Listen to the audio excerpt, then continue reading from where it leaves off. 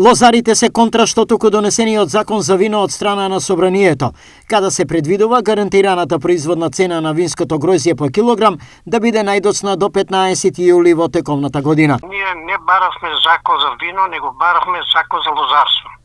Затоа што нас не ни треба сега во јули месец да не кажат гроздето колку кошта, мислам, да произведеш 1 килограм гроздје.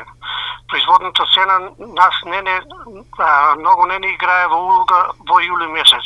Лозарите бараат цената на гроздјето да ја одредува високообразовна институција во јануари од тековната година. Да не биде цената донесена од институтот во јули месец, него цената да биде производната цена изготвена од институтот за земјоделие уште во јануар месец. Доколку оваа состојба не се промени, тогаш ќе се повтори ланската загуба, тврдат лозарите. Ние овака сега кога ќе се роде гроздето како преклани околу 100 милиона кила гроздје, а на винарите се задоволуваат со 60-70 милиона килограми гроздје и фактички они не ја почитуваат таа цена од утврдената цена. Од производството на вино екзистираат 16.500 семејства, од кои повеќе од половината гравитираат во тиквешијата.